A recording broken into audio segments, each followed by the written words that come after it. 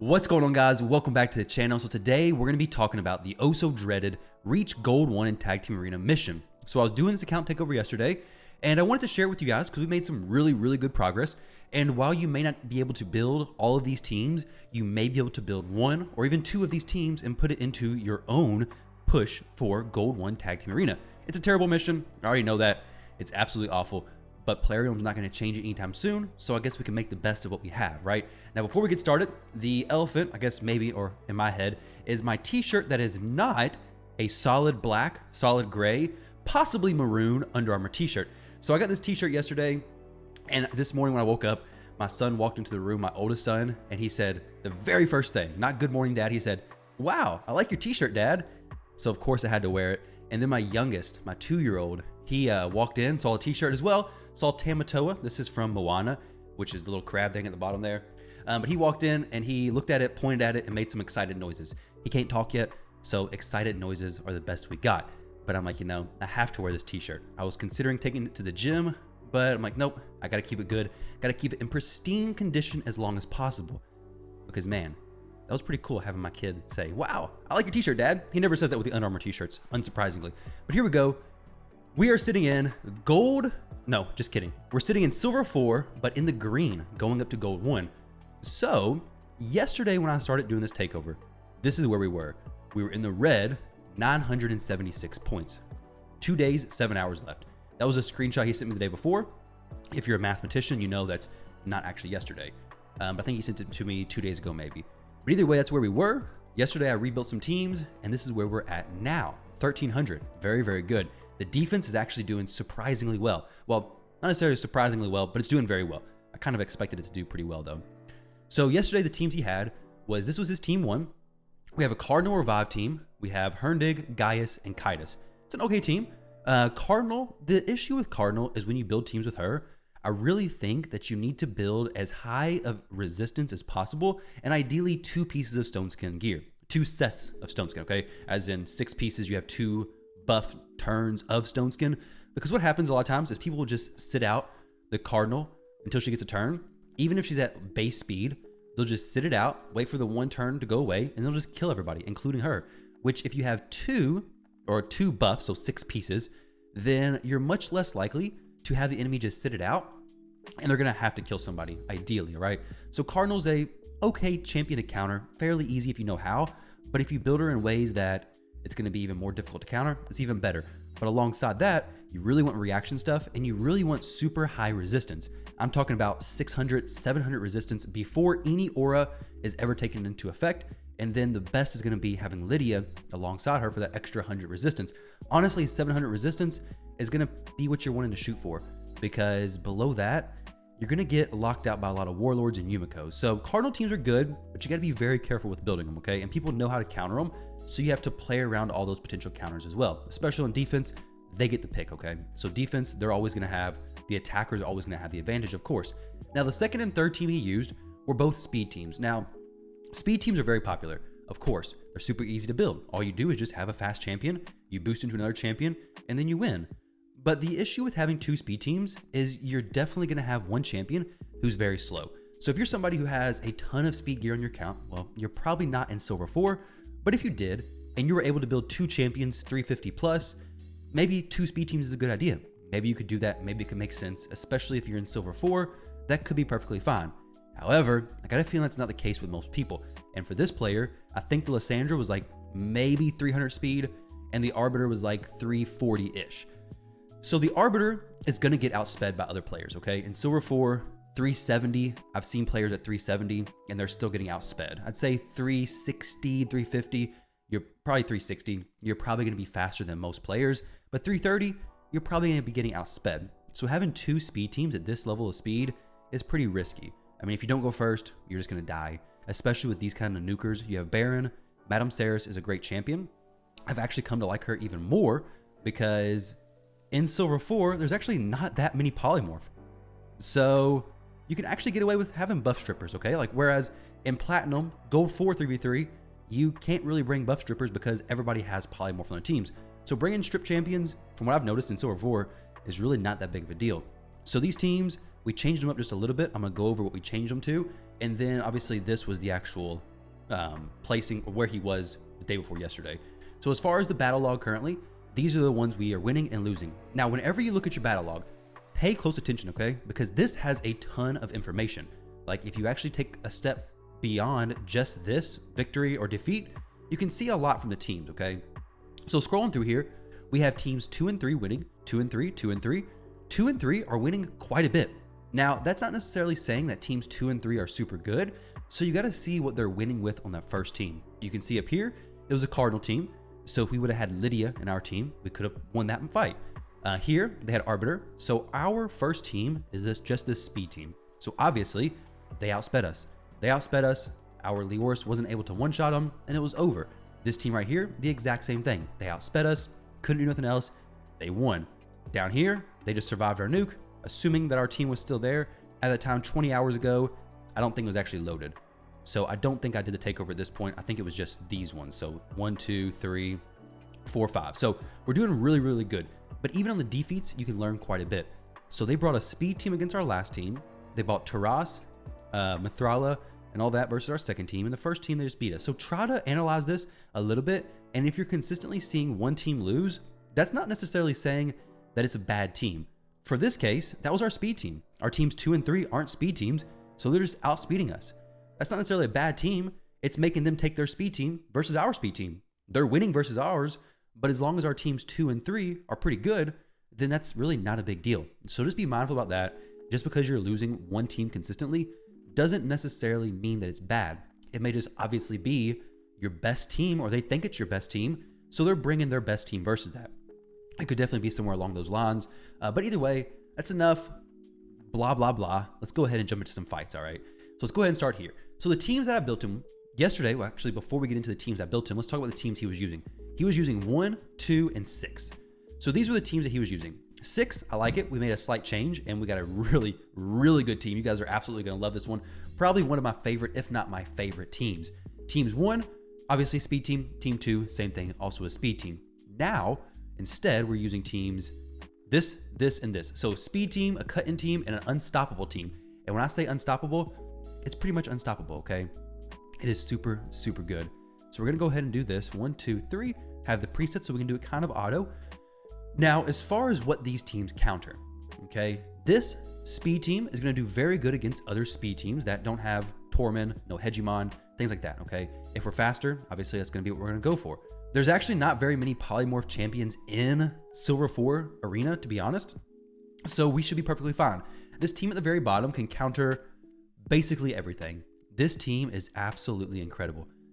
We have Pythion, Ultimate Death Knight, Vogoth, and a damage dealer. Make sure Vogoth is in the very back for optimal healing, but this team is absolutely amazing. The speed team is going to work great against the second team of theirs, or even the third team. Better on the second because Vogoth is super annoying on the third. So we may actually take this team on the very bottom to single out the Vogoth. Actually, no, let's take this versus the top. The top team, we can kind of counter with Mithrala. Actually, let's do this. This is a good setup. This team would be much better Hegemon counter if Mithrala had Stone Skin or Immunity. Unfortunately, she doesn't.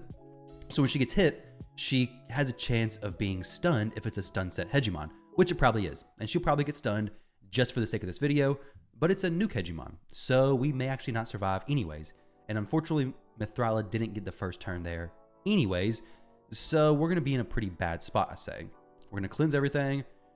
Okay, I think we just lose. So yeah, we just lost that first one. So nuke Hegemon, definitely quite the surprise. The Warlord's supposed to go after Mithrala. If you would have done that, we probably would have won. But unfortunately, for some reason, the Mithrala did not get the turn meter boost from the Cycle of Revenge Mastery, and Warlord did. So here we're going to try to hopefully strip everybody. If we don't, it shouldn't be a massive deal because I think we can survive Gaius's bombs considering we have unkillable on Leoris. So here we go. Boom. Smacking Gaius. Absolutely doing work. One turn to Stone Skin and then a dead Mountain King. Leoris is an amazing champion because not only does he hit super hard, but if they nuke us and they kill the rest of my team, if it's a speed team going against that defense of mine, then we're going to be perfectly fine. Like, we have a chance to come back and just one-shot him. He can 100% one-shot a lot of champions. So this team is absolutely insane, okay? You have Ultimate Death Knight soaking all the damage. You have Vogoth, if they want to bring an AoE champion to damage our other people. You have Vogoth, who's just going to heal everybody else. You have Rhodos, who's going to get stronger as the match goes on. And then Pythion, who's going to cleanse, res, heal from the A1 ability. He's got pretty good resistance and stone skin gear, which is actually an amazing setup. And this team's, it's named Unstoppable, and it rightly deserves that name as well. So if you can build that team, you don't even need Rhodos. Kandrafon can work well. There's a lot of different options, but that team is very, very good. Even against Mortu Macabre, doesn't matter. Mortu Macabre, not going to kill us, and we're going to be able to single target all their champions down. So here, what we're going to do, this first team is really good against Kaimars, really good against, kind of good against Hegemons, good against teams we're faster than. We're going to go ahead and lock them out, hopefully. This top team, we could try this, but it's just going the speed race, okay? It's kind of a 50-50. Instead, let's do this maybe. Yeah, because Warlord versus Mortu is not good. Our speed team versus their team should be okay because Mortu can't kill Leoris. And this top team, I just want to show you guys that they're not going to kill us, right? Like this account has one set of bolster gear. I forged it yesterday. So the gear, Ultra did have the champions geared very well in the account, which is very nice. But we changed some of the builds and yeah, I mean, we're perfectly fine. Vogoth heals up like nothing ever even happened. And then Rhodos comes in. Who do we want to kill? Do we want to kill Arbiter? We probably can't kill her. I'm just going to use the A2 because we have the decreased attack on us. Maybe we could have killed her then. But I want to go ahead and cleanse everybody. You can see Lysandra tried to reduce our turn meter, but it got redirected to Ultimate Death Knight, which is very, very helpful. We're just going to use the A1 on Rhodos though. I don't want to risk not being able to use our A3. I don't want to risk it going on cooldown from that True Fear. So here, let's just go ahead and kill Lysandra, and then we'll go ahead and kill Madame Saris. And you probably will be surprised that how this Rhodos is actually built. He's not like crazy high gear level. Like he has good gear, but it's not insane. I think it's like 230, 240 crit damage or something. So pretty reasonable stats, I'd say. So here we go. Everybody's provoked. This is really good because now nobody's provoked, right? Warlord, he has a little bit of a tricky thing with his kit. 70% chance to put each target skill on cooldown. He's not booked. So if we put him on cooldown, great. If we don't, not so great. But maybe we can clap him one time. Didn't kill anybody, unfortunately. Our Kandrafon needs a little bit more damage for sure. Okay, so hitting our Valkyrie. Boom, Molly smacking us. This team of all the teams is the one that has the biggest trouble. The other teams are consistently very good. This team is the only one that I'm looking to maybe adjust, but I think it's mostly the fact that Warlord is not fully booked. Once he gets fully booked, I think the team's gonna be a lot different. But it's definitely not a bad team by no means. We're gonna go ahead and try to kill Mighty Uko. It didn't happen. Let's try to kill him now. We need to get rid of Molly because she can res. So if we could do that, that'd be awesome. I don't really want to kill Rhodos just yet because I want to make sure Molly can't res him. Now we can kill him if we can even get a turn too. Okay, I think he may just wreck our whole team here. Possibly. If we can get rid of Mighty Uko plus Molly, it'll be perfectly fine. Okay, Mighty Uko's dead. Okay, Molly provoked, which is interesting. We don't really need to cleanse the provoke either, honestly, because we're going to want to hit her no matter what. So using that A1 for Mithrala may get us to a spot where we can actually kill her. Boom, boom. Oh, so close. Those constant reses, though, my goodness. They have no block debuffs, though. They have no cleanser either. All right, so we have to cleanse this time if we even survive. Got to get the cleanse off. Boom. Okay, great damage. Get the cleanse. Beautiful. All right, so this team, like I said, this is the one that is the most not fully fleshed out. Though once Warlord gets fully booked, I think it's going to be a completely different situation. I think it's going to be very, very good. And once we get some maybe better gear on some of these champions, I think it should be very solid overall. Let's go ahead and hopefully just kill everybody. There we go. Revival and death on Mithrala, but to be honest, don't really care about if Mithrala is revived or not because she can't res anybody. Usually the only champions you really care about being revived are other res champions, at least by Godseeker. Because if everybody's dead and she reses Mithrala, then what really is going to happen? Mithrala can definitely solo some champions, but usually not. Usually she's not going to do that, all right? So now let's go ahead and do a few more matches. Get him a little bit higher into the green. I don't do this for all takeovers, but this one I want to showcase this team specifically and some of the other teams as well, just in case you guys have them. I know you may not have all these champions, but you may have bits and pieces of a few of them, maybe you can combine them together. But Ultimate Death Knight plus Vogoth plus Pythion is a very good combo. Throw in another damage dealer, it's going to be very good as well. Matter of fact, our Rotos has Brimstone, which he doesn't really need. Honestly, Lightning Cage or Ward of the Fallen would be very, very good for him. So here, let's go ahead and try. This is going to be very good against this top team. We're not going to die. For the second team, we could lock everybody out. We should have enough accuracy. Mithrala brings the accuracy aura, which helps her, helps Warlord, and also helps Valkyrie. And then the bottom team should be fine as well. Valkyrie is not a great counter to Arbiter because Arbiter only does one buff to everybody, whereas Sifi, Duchess, Brogni, all the champions who do multiple buffs, Valkyrie definitely counters much better. So there we go. Vogoth is dead, but guess what? It's really not a big deal. We're going to use the A2 to hopefully not proc True Fear on the A3. Use the A3 next turn, and then be good to go. We can res, or we can just use the A2. Honestly, let's just res. Because now Vogoth is going to come back, and anybody who hits him is going to just be healing everybody else. So, pretty solid setup. Look, big hit from Leo just results in more healing for my Rotos. Let's go ahead and kill the Leoris. Boom. We'll go ahead and maybe kill Lysandra. Extra turn. Perfect. Maybe another extra turn. No extra turns. Can't be that greedy. I should have done it. Hermdig, extra turn, kill Lysandra with the A2. But hey, it is what it is. 50-second match is perfectly fine, especially with talking through it, doing it on manual. And big hard hits from Rotos. Such a good champion. Don't even need Sifi. Don't need Sifi to actually use him.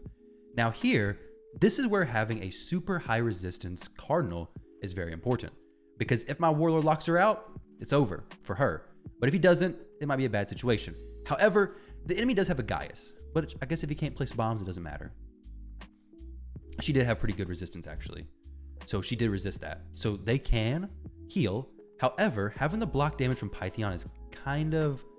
Not Pythion. The block damage from Helicath feels kind of weird. Because I can't kill anybody now. I don't have any strip champions. So I'm not killing anybody. So the Cardinal doesn't get to use her ability. You know?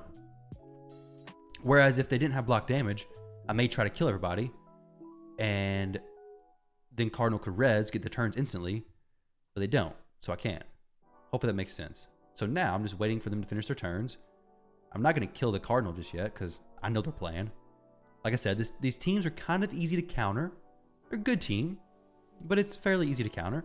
The Cardinal's just going to res as soon as she gets her turn, right? She's probably going to be fairly easy to kill, though. Perfect. Now we got buffs on them as well. Okay, that's not so good, though. Does Mithrala, did she already use her cleanse? I think she did. But let's see. We have no res champion, so we're in a really bad spot, actually. All right, so... Okay, we're in a terrible spot. We just died. Mithrala didn't have her cleanse ready, and we just got wrecked. So we could maybe sit this out. I don't think so. So, all right, well, I was saying that I knew how to counter that team, and apparently Gaius just too fast gets back around to his cooldowns before I can lock him out again. So, hey, it is what it is. The Warlord teams 1-1, lost 2, I believe. So, definitely a team that we got to pick our matches a little careful with, a little bit more carefully. But on defense, it actually did very well. It won 2 and 3. But on offense, it doesn't win as consistently. So maybe that's just me needing to pick better matches. I'm curious what teams it actually won against on defense. I need to check that out. Because that's a really important thing. Because if it's winning there, then maybe you should start taking those against those similar teams on offense when you're attacking, right? I mean, if you're beating them on defense and the attacker has the advantage, you're probably going to do pretty well on offense as well. Assuming you play better than the AI, right? Which isn't always the case. The AI is pretty smart sometimes. Usually not, but sometimes. Or it just gets lucky. Who knows? Let's go see. So team 2 is that Warlord team. Looks like an Arbiter team we won against, which is kind of strange, to be honest. I guess they just had a big gap. Yeah, they have no other speed booster. Nobody to fill that gap.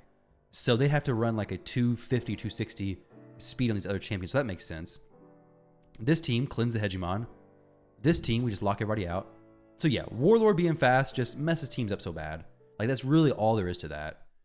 So here, let's actually try that against this one, okay? So we look at the defense, compare it. Now, hey, this team has a speed booster. They don't really have anybody to fill that big gap. This team right here is going to be pretty slow for this setup.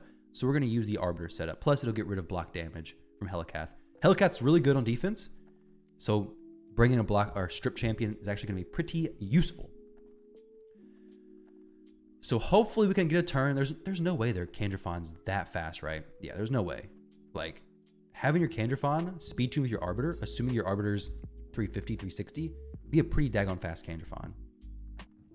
So now we can, I think, just single target hit the Kandrafon. Or if we do the A2, we just end up hitting everybody, and I don't think we kill him. She probably already used her res. Dang, okay, we just sunk him. We will use the A2 here. Doesn't really do much damage in the end because Vogoth is going to heal it, but now we get the counterattack. So now anytime we're attacked, we're going to be counterattacking. Kandrafon is an absolute monster with counterattack. You put some counterattack buff on him, he will wreck everybody. Watch, boom, boom. Doesn't even have increased attack. No increased attack, and is still doing work. So here we go. Do that.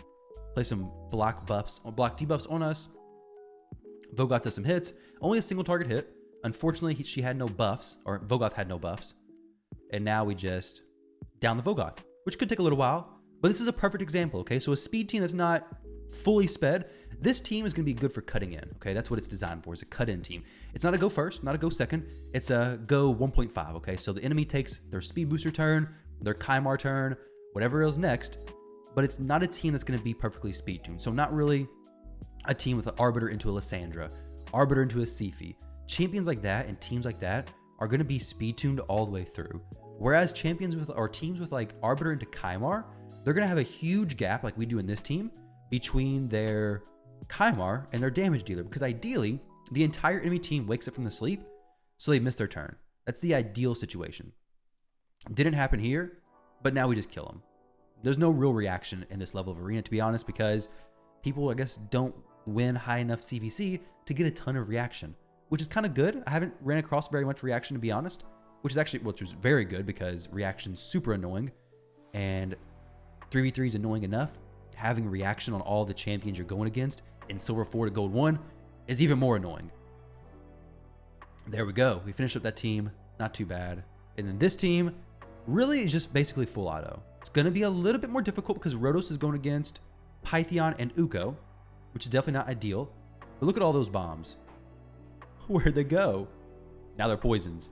But this is actually a really bad setup, to be honest, because of the fact that we have two Force Affinity champions. I should turn off that camera shake, camera angle change. This team will win. It's going to take a little while for me to win because we have a Rezer and Uko, Mighty Uko, and then a Rezer and Pythion. I'm more worried about killing Pythion though, because Mighty Uko throws his res whenever he has it off cooldown. Pythion only reses when he has champions who are dead. So there's no extra buff on Pythion's res, which is something you got to be mindful of, because you really want to kill him quick. Those bombs are going to mess me up, that's for sure. I kind of want to get rid of Nishak. Let's see if we can kill Pythion. If we get some good damage on him, I bet we can. I'm curious how much damage these bombs do. He has 2 bombs on me. No increased attack, I don't think. Maybe he did. Continuous heal. Well, we got block buffs, okay. I like that. I like that strategy he has there. Block buffs on top of the... so we place the poisons and we can't place continuous heal or anything like that. Very cool. But then Pythion just reses. I'll be very surprised if this team actually beats us, to be honest. The team actually did better than I expected. I mean, we dropped my Pythion. Granted, I should have actually killed their Nishak sooner. Had I actually killed their Nishak, it would have been perfectly fine. I think I could have controlled the Pythion and the other champions very well. But somebody stopped the unstoppable team. Quite impressive. I like it. So I've done a few more matches for the past probably 30 minutes or so. Picked up a few more wins, a few more losses, unfortunately, as well. Some of the matches I got into and I just didn't remember that I lost, and I did the same match twice, which is pretty awkward. But either way, I wanted to push him up to a decent spot so that hopefully his defense can hold until the placing of Gold 1, which he should make. He should make it. So I want to do one more match, okay? I want to find one that we can hopefully 3-0. Let's look very carefully, though. For these teams, on this page, probably not much. I don't really want to use a gym refresh. 15 gym refresh feels pretty bad, so we're not going to do that right now. For this, though, very tanky team up top. This is going to be obviously a strip team, and this one at the bottom may be good with the Mithrala setup. If we can lock Baron out, it should be a huge difference. He shouldn't be able to kill us in one shot. With this team, we can outspeed him, or we can hope that Pythion doesn't get stripped. Trunda can kill Rotos though, for sure. So with this setup, it's pretty interesting. Don't really want to bring my speed team there because it's just speed versus speed, and it's never great. However, this team at the top may be pretty decent for ours here. We can bring our speed team versus the bottom one.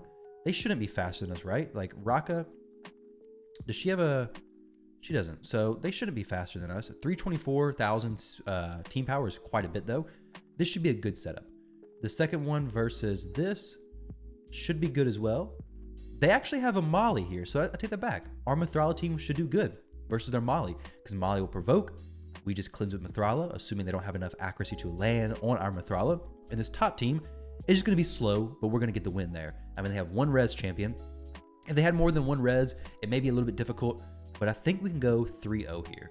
A lot of times you got to be very careful with the matches. If you really want to do good as far as winning consistently, you have to really think through the match. Okay, this is what's going to happen, this, and this. And then even then you sometimes still lose, but it definitely sets you up in a much better position. Now with this, we have the Ursuga who's going to be soaking a ton of damage. Maybe we open with the A2. We're not going to kill Roglin in that first one for sure. So maybe just steal some HP. I don't know. It's going to be an interesting fight for sure because they have a ton of damage being soaked from the Ursuga, plus the Krisk, which he's not really doing that much as far as damage soaking. But if we kill Roglin, basically the fight's over. We can cleanse with Pythion. I don't think Mountain King is going to be able to kill us, at least not for a little while. We cleanse there. Go ahead and hit Roglin with the A3. Quite a bit of damage absorbed from the Ursuga. I may have to resort to just trying to hit the Ursuga. This may be a pretty long fight. However, the shield just now came down. They don't have anybody who can cast a shield. So now that her shield's gone, she does have ally protection still, but no strength or anything, which is massive. Very, very good. Helpful for me, of course.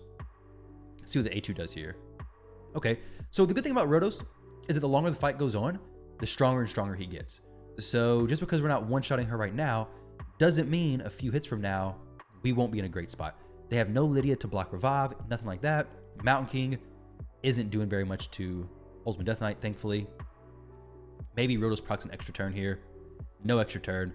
So I think we just hide the webcam, fast forward the match, and yeah, hopefully it goes relatively quick.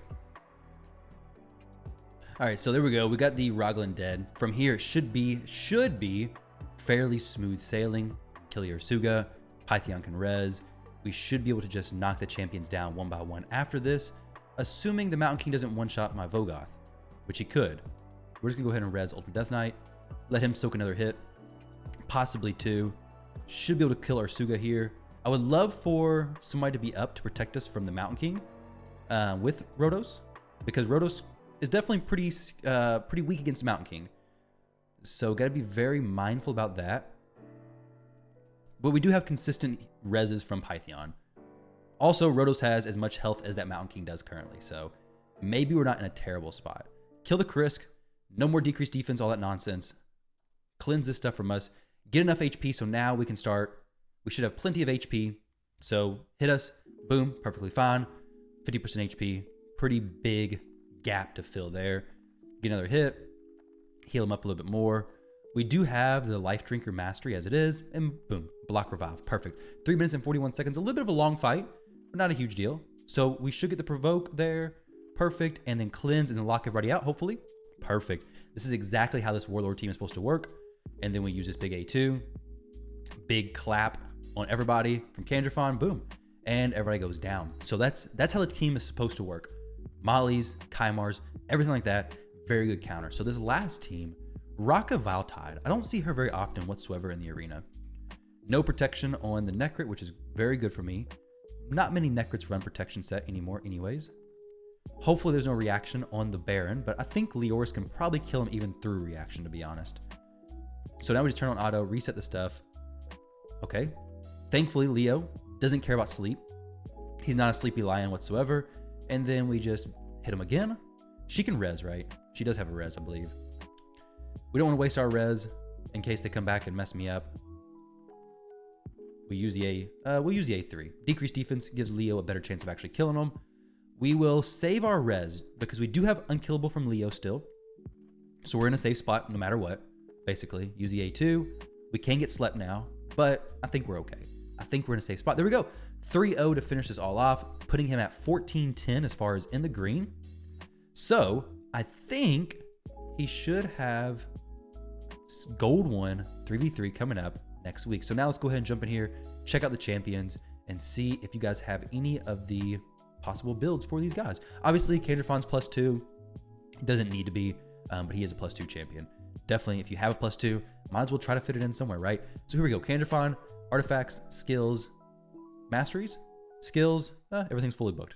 Arbiter, masteries, skills, fully booked. Doesn't need to be, but it definitely helps. Artifacts, she has speed, but she's not that fast, to be honest. 234. Rhodos, damage, good HP, good attack, good crit damage, good speed, 200+. Skills, no need for this Brimstone, honestly. We can change it to Lightning Cage, we can change it to Ward of the Fallen. So many things would be a lot better, but we just haven't changed it yet. Temporal Chains on Kymar, that's okay. We have fast and accuracy, Mithrala fast, accuracy / resistance. Would rather her be in Stone Skin or immunity, but for now, that's perfectly fine. Down the road, when he starts to get better gear, that's where we can move him to. Leoris, damage dealer, fully booked, and then Savage gear.